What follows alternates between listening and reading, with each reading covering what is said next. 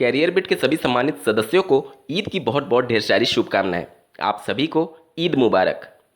दोस्तों, आप लोगों ने एक चीज़ नोटिस किया होगा कि कैरियर बिट यूट्यूब चैनल पर इस समय रेगुलर तौर पर वीडियोज़ नहीं आ पा रही हैं, क्योंकि मेरे मोबाइल में कुछ इश्यूज हैं जिसकी वजह से वीडियो शूट नहीं हो पा रहा है।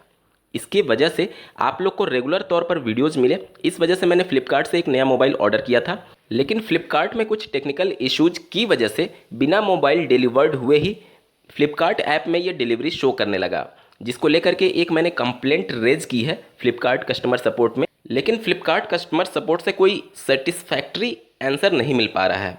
इस वजह से मैंने एक ट्वीट किया है जिसका लिंक आपको इस वीडियो के डिस्क्रिप्शन में मिलेगा। आप इस ट्वीट को ज़्यादा से ज़्यादा रीट्वीट करिए ताकि फ्लिपकार्ट पर दबाव बने और मोबाइल की डिलीवरी जल्दी हो सके और रेगुलर तौर पर आपको वीडियोज़ मिल सके। उम्मीद करता हूं आप रीट्वीट जरूर करेंगे। लिंक आपको इस वीडियो के डिस्क्रिप्शन में दिया गया है इस ट्वीट का। उत्तर प्रदेश के परिषदीय प्राथमिक विद्यालयों में लाखों पद खाली होने के संदर्भ में प्रदेश सरकार ने स्वीकार किया है। कुछ ऐसे आंकड़े प्रस्तुत किए हैं जिससे ये स्पष्ट हो रहा है कि उत्तर प्रदेश के परिषदीय प्राथमिक विद्यालयों में अभी भी लाखों पद खाली हैं। लेखपाल भर्ती 2022 के लिए नया अधियाचन मांगा गया है। इसके बारे में विस्तारपूर्वक बात होगी। ग्राम पंचायत सहायक की नई भर्ती के संदर्भ में शासन के पास प्रस्ताव भेजने की तैयारी चल रही है। बीएड इंटीग्रेटेड कोर्स 4 वर्षीय जो कोर्स है कब से शुरू हो रहा है। इसके बाद बीएड में सत्र 2022-24 में एडमिशन के लिए रिकॉर्ड आवेदन उत्तर प्रदेश में आ रहे हैं। अब तक कुल कितने आवेदन आ चुके हैं, इसके बारे में विस्तारपूर्वक बात होगी और शिक्षा विभाग से जुड़े कुछ महत्वपूर्ण खबरों को भी डिटेल में देखेंगे। अंत तक बने रहिएगा। नमस्कार दोस्तों, मेरा नाम है नीरज और आप देख रहे हैं कैरियर बिट यूट्यूब चैनल। अगर आप इस चैनल पर पहली बार विजिट कर रहे हैं तो इसको सब्सक्राइब करते हुए बेल आइकन को प्रेस करना ना भूलें। उत्तर प्रदेश के परिषदीय प्राथमिक और उच्च प्राथमिक विद्यालयों को मिलाकर के सत्र 2022-23 में कुल 1,90,00,000 अभ्यर्थियों ने एडमिशन लिया है। आप स्क्रीन पर आर्टिकल देख पा रहे होंगे। प्राथमिक विद्यालयों में 1,90,00,000 विद्यार्थियों का नामांकन। प्रदेश के 1.5 लाख से अधिक प्राथमिक व उच्च प्राथमिक विद्यालयों में छात्र छात्राओं को प्रवेश दिलाने में नया रिकॉर्ड बन रहा है। 30 अप्रैल तक चले स्कूल चलो अभियान के दौरान विद्यालयों में पिछले वर्ष की अपेक्षा करीब 17 लाख अधिक छात्र छात्राओं को प्रवेश देने का दावा किया गया है। अब तक 1,90,00,000 छात्र छात्राओं को प्रवेश मिल चुका है। वैसे 2 करोड़ का नामांकन का लक्ष्य अभी दूर है। बेसिक शिक्षा विभाग 4 मई को बैठक कर रहा है, जिसमें इस अभियान को निरंतर चलाए जाने पर जोर दिया जाएगा।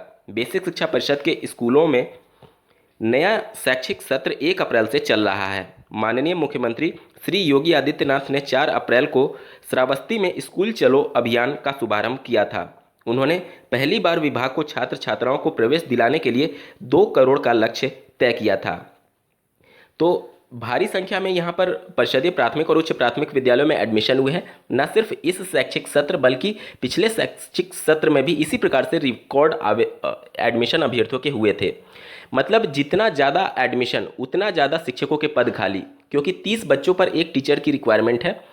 पिछले बार भी इसी प्रकार से रिकॉर्ड एडमिशन हुए, इस बार भी रिकॉर्ड एडमिशन हुए, लेकिन शिक्षक भर्ती को लेकर के कहीं भी शिक्षकों की कमी प्रदेश सरकार के द्वारा नहीं दिखाई जा रही है, बल्कि लगातार डेटा में ये दिखाया जा रहा है। जो अभी एक प्रेजेंटेशन हुआ था प्रदेश की वर्तमान सरकार जब अपने दूसरे कार्यकाल में कार्य प्रारंभ की थी, तो वहाँ पर बेसिक शिक्षा विभाग का जो प्रेजेंटेशन हुआ था उसमें शिक्षक छात्र अनुपात को बिल्कुल इक्वल दिखाया गया था। बल्कि अगर ये डेटा इस समय का है तो पिछले बार जो रिकॉर्ड एडमिशन हुए थे तो वहाँ से तो टीचर्स की रिक्वायरमेंट थी, लेकिन पहले क्या होता था कि जो शिक्षामित्र होते थे वो छात्र शिक्षक अनुपात में काउंट नहीं किए जाते थे, लेकिन इस बार इनको काउंट किया गया है, जिसकी वजह से जो एडमिशन हो रहे हैं उसके लिए टीचर्स की जो रिक्वायरमेंट है वो निकल करके सामने नहीं आ रही है, बल्कि लगातार प्रदेश सरकार के द्वारा दावे किए गए हैं कि उनके द्वारा रोजगार पर काफ़ी अच्छा कार्य किया गया है। हालांकि एक सभा को संबोधित करते हुए माननीय पूर्व मुख्यमंत्री जी के द्वारा ये दावा किया गया है कि भाजपा ने नौकरी देने का सिर्फ ढिंढोरा पीटा है। हालांकि रिकॉर्ड एडमिशन सिर्फ सुधार की वजह से हुए हैं ऐसा नहीं कहा जा सकता। कोरोना के बाद से पूरे देश भर में बेरोजगारी की जो मार पड़ी है उसके वजह से जो आर्थिक स्थिति है परिवारों की वो काफ़ी कमज़ोर हो चुकी है। इसी वजह से बच्चों को प्राइवेट स्कूल की महंगी फीस अफोर्ड ना कर पाने की वजह से अभिभावक अब सरकारी स्कूलों में बच्चों को भेज रहे हैं। इसी वजह से रिकॉर्ड आवेदन हो रहे हैं। आप स्क्रीन पर एक आर्टिकल के माध्यम से इस पूरे मामले को समझ सकते हैं। हालांकि इस रिकॉर्ड एडमिशन के लिए प्रदेश सरकार बधाई की पात्र है। इनके द्वारा लगातार बेसिक शिक्षा में सुधार को लेकर के योजनाएं चलाई जा रही हैं। आप स्क्रीन पर एक आर्टिकल देख पा रहे होंगे। 11,411 करोड़ रुपए की योजना बेसिक शिक्षा के लिए मंजूर की गई है। इसमें इंफ्रास्ट्रक्चर से लेकर के और मेज कुर्सी और सभी चीज़ों में सुधार के लिए ये फंड मंजूर किया गया है। लेखपालों के 4000 पदों पर जल्दी भर्ती प्रक्रिया शुरू करने के लिए यहाँ पर प्रयास किए जा रहे हैं। स्क्रीन पर आप आर्टिकल देख पा रहे होंगे। राजस्व परिषद ने लेखपाल के खाली पदों पर भर्ती के लिए प्रस्ताव मांगा है। मंडल आयुक्तों से चयन वर्ष 2020-21 में रिक्तियों संबंधी जानकारी निर्धारित प्रारूप पर 3 मई तक परिषद मुख्यालय पर उपलब्ध कराने को कहा गया है। करीब 4000 पद रिक्त बताए जा रहे हैं। इनमें 417 पद प्रयागराज में है। राजस्व परिषद की आयुक्त एवं सचिव ने मंडल आयुक्तों को भेजे पत्र में कहा है कि चयन वर्ष 2017-18, 19-20 तक के रिक्त पदों पर भर्ती के लिए प्रस्ताव उत्तर प्रदेश अधीनस्थ सेवा चयन आयोग को भेजा जा चुका है। मतलब कि अभी तक जो लगभग 8000 पदों पर राजस्व लेखपाल की भर्ती के संदर्भ में अधियाचन मांगे गए थे, वो सब कुछ प्रक्रिया चल रही है। उसके अलावा ये जो भर्ती थी वो 2019-20 सत्र तक के लिए थी। अब 2020-21 और 21-22 में मिला करके कुल 4000 और ज़्यादा पद रिक्त हैं। तो हो सकता है कि उसी भर्ती में ये 4000 पद जोड़ दिए जाए, या फिर जिस प्रकार से पेट 2022 के घोषणा की जा चुकी है, तो पेट 2022 के आधार पर इन 4000 राजस्व लेखपाल की भर्ती की जा सकती है अगले साल। जैसा कि आपको ज्ञात होगा, उत्तर प्रदेश की वर्तमान सरकार अपने पिछले कार्यकाल में ग्राम पंचायत सहायकों की भर्ती की थी, जो कि संविदा आधारित थी।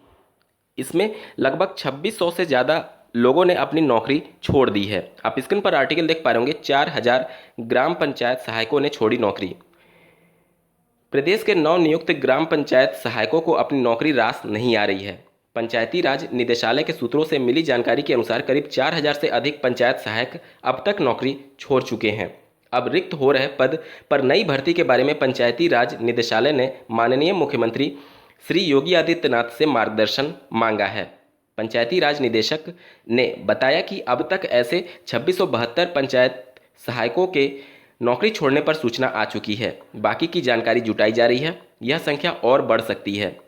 तो नौकरी छोड़ने का जो प्रमुख कारण है, एक तो इनकी सैलरी कम थी, ऊपर से वो सुविधाएं नहीं दी जा रही थी जो कम से कम देनी चाहिए सरकार को इन नवनियुक्त ग्राम पंचायत सहायकों को। इसके अलावा आप आगे देखिए, अभी हाल ही में नवनियुक्त हुए इन ग्राम पंचायत सहायकों के नौकरी छोड़ने की वजह 7000 रुपये मासिक से बेहतर वेतन और अच्छे अवसर वाली नौकरी मिल जाना है। साथ ही शैक्षिक कैरियर और बेहतर बनाने के लिए आगे की पढ़ाई में इस नौकरी के बाधक बनना भी इसकी प्रमुख वजह बताई जा रही है। इसके साथ ही तमाम ग्राम प्रधानों द्वारा ग्राम सचिवालय का फर्नीचर और कंप्यूटर अपने घर में रखकर वहां से इन ग्राम पंचायत सहायकों से सरकारी कामकाज के अलावा घरेलू काम करवाने की भी शिकायतें मिली हैं। उत्तर प्रदेश के अशासकीय माध्यमिक स्कूलों में प्रधानाचार्य की भर्ती प्रक्रिया जो लगभग पिछले 1 दशक से लटकी हुई थी, आप स्क्रीन पर इसके संबंध में आर्टिकल देख पा रहे होंगे। प्रधानाध्यापक भर्ती का 1 दशक बाद रिजल्ट घोषित। ये उत्तर प्रदेश की व्यवस्था है जहां पर एक रिजल्ट के लिए 10 साल लग जा रहे हैं। जिस प्रकार से बेसिक शिक्षा विभाग के द्वारा एक प्रस्ताव भेजा गया था कि जो सेवानिवृत्त शिक्षक हो चुके हैं उनसे फिर से सेवाएं लेने की बात की जा रही थी, उसी के तर्ज पर अब सेवानिवृत्त कर्मियों से परिवहन निगम में भी सेवा लिए जाने पर विचार किया जा रहा है और इसके संदर्भ में शासन के पास प्रस्ताव भेजने की तैयारी है। निदेशक मंडल की मंजूरी के बाद सेवा शर्तें और मानदेय तय करके आदेश जारी कर दिया जाएगा। अगर आप 4 वर्षीय इंटीग्रेटेड बीएड कोर्स में इंटरेस्टेड हैं तो आपके लिए एक अच्छी खबर है। सत्र 2023-24 से 4 वर्षीय इंटीग्रेटेड बीएड कोर्स प्रारंभ होने जा रहा है। केंद्र और राज्य के बहुविषयक विद्यालयों में पायलट मोड पर ये कोर्स चलेंगे। राष्ट्रीय शिक्षा नीति 2020 के अनुसार 2030 से 4 वर्षीय बीएड प्रोग्राम से ही होगा शिक्षकों का चयन। एनईपी के तहत 2030 से स्कूल में शिक्षकों का चयन 4 वर्षीय इंटीग्रेटेड बीएड प्रोग्राम के आधार पर ही होगा। इस नए कोर्स से छात्रों को 1 साल की बचत भी होगी। अभी तक 3 साल स्नातक डिग्री प्रोग्राम की पढ़ाई में निकल जाते थे, उसके बाद 2 वर्षीय बीएड प्रोग्राम की पढ़ाई होती थी। इस प्रकार अभी तक 5 साल में बीएड कर पाते थे अभ्यर्थी। यदि कोई छात्र 12वीं कक्षा के बाद शिक्षण क्षेत्र में अपना भविष्य बनाना चाहता है तो वह सीधे बीए बीएड, बीएससी बीएड और बीकॉम बीएड में दाखिला ले सकता है, जिससे 4 साल में ही उसको ग्रेजुएशन के साथ साथ बीएड की भी डिग्री मिल जाएगी। उत्तर प्रदेश में बीएड सत्र 2022-24 में एडमिशन के लिए रिकॉर्ड आवेदन आ चुके हैं। आप स्क्रीन पर आर्टिकल देख पा रहे होंगे। बीएड संयुक्त प्रवेश परीक्षा विश्वविद्यालय को 14 दिन में मिले 2.14 लाख आवेदन। डीएलएड कोर्स में अब रुझान अभ्यर्थियों के कम हो रहे हैं, क्योंकि बीएड को प्राथमिक में शामिल किए जाने के बाद से जो अभ्यर्थी डीएलएड में एडमिशन लेने के इच्छुक थे, अब उनकी इच्छा बीएड में एडमिशन लेने की है, जो कि सही भी है, क्योंकि प्रदेश सरकार और केंद्र सरकार की गलत नीतियों की वजह से एक तरीके से डीएलएड कोर्स अब बिल्कुल समाप्ति के कगार पर आ चुका है। 20 मई तक अंतिम तिथि निर्धारित की गई है। अभी 3 लाख और आवेदन मिलने की संभावना है। इस बार रुहेलखंड विश्वविद्यालय प्रवेश परीक्षा का आयोजन करने वाला है। विश्वविद्यालय को 14 दिन में 2.14 लाख आवेदन मिल चुके हैं। आवेदन की अंतिम तिथि 20 मई है। विश्वविद्यालय को उम्मीद है कि शेष 18 दिन में 3 लाख से अधिक आवेदन और मिलेंगे। विश्वविद्यालय की ओर से आवेदन की प्रक्रिया 18 अप्रैल से शुरू की गई थी। 15 मई तक बिना विलंब शुल्क के आवेदन जमा होंगे। परीक्षा की तिथि 6 जुलाई तय की गई है। सूत्रों के मुताबिक 20 से अधिक जनपदों में परीक्षा केंद्रों के लिए कॉलेजों के नाम भी विश्वविद्यालय को मिल गए हैं। मैं एक बार फिर से आपको याद दिला दे रहा हूं कि इस वीडियो के डिस्क्रिप्शन में दिए गए ट्वीट को आप रीट्वीट जरूर करिएगा। आज के वीडियो में बस इतना ही। ऐसे ही महत्वपूर्ण अपडेट के लिए चैनल को सब्सक्राइब करना ना भूलें। इस वीडियो को देखने के लिए आपका बहुत बहुत धन्यवाद। भगवान करे आपका दिन शुभ हो।